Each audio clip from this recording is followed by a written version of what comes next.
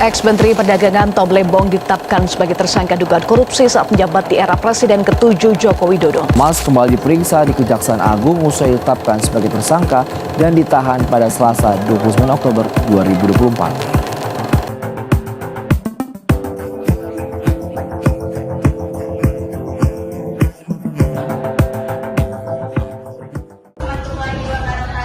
Waalaikumsalam warahmatullahi wabarakatuh.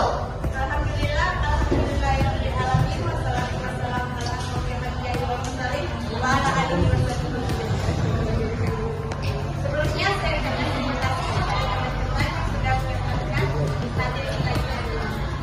Kami dari Bogor Serikat Muhammadiyah Riau akan melaksanakan sosialisasi yang bertema anti korupsi.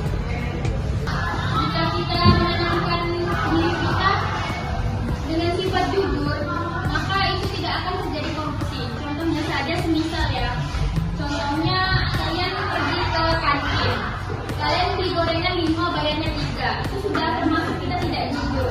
Nah itu kita masih menjadi siswa. Gimana nanti kalau kita sudah menjadi DPR? Dari siswa itu kita tuh belum bisa apa-apa. Jadi misal ada DPR yang korupsi, kan kita belum bisa melapor ke KPK. Jadi dalam diri kita itu kita tanamkan dulu sifat jujur untuk diri kita sendiri, untuk kedepannya. Lalu ada 3 rumusan masalah.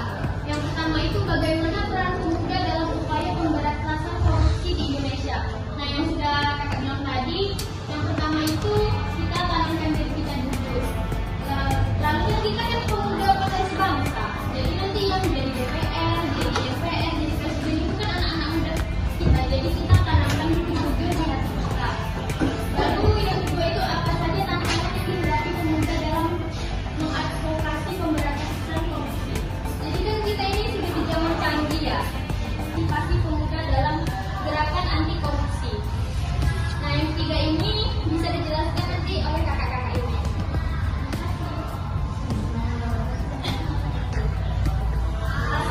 Jadi sebelumnya mau tanya dulu, siapa yang menurut kalian sebagai siswa korupsi itu apa? Kalian nggak ada apa? Jawab aja kamu penting. Ini yang pertama lagi depan.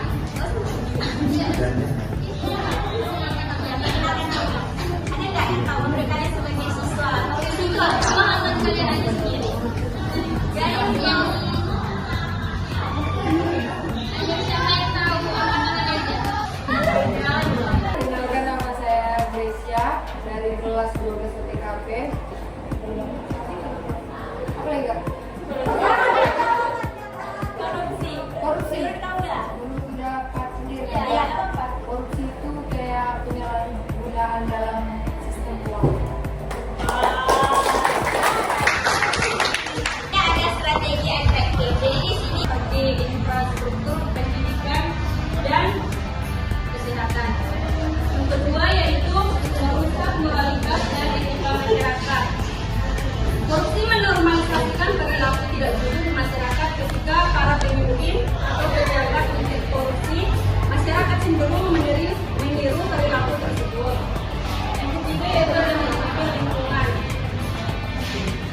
Merugikan lingkungan ini di mana korupsi memungkinkan perusahaan melanggar aturan lingkungan seperti perizinan amal ilegal atau pembangunan liar yang merusak ekosistem. Yang keempat yaitu meningkatkan biaya hidup dan biaya bisnis. Korupsi menambah beban biaya produksi dan distribusi karena perusahaan harus memberikan suap untuk mendapatkan izin atau menghindari aturan. Biaya ini ditanggung oleh konsumen. Dan next. Dan selanjutnya itu ada hukum dan sanksi.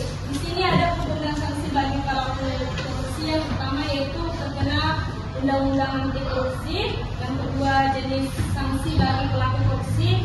Dan B-nya peraturannya tambahan. Sekian dari saya. Terima kasih. Nah, jadi di sini saya punya pertanyaan nih, siapa yang bisa jawab?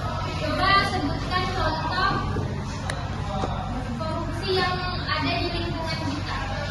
Contoh yang lagi viral aja, lagi viral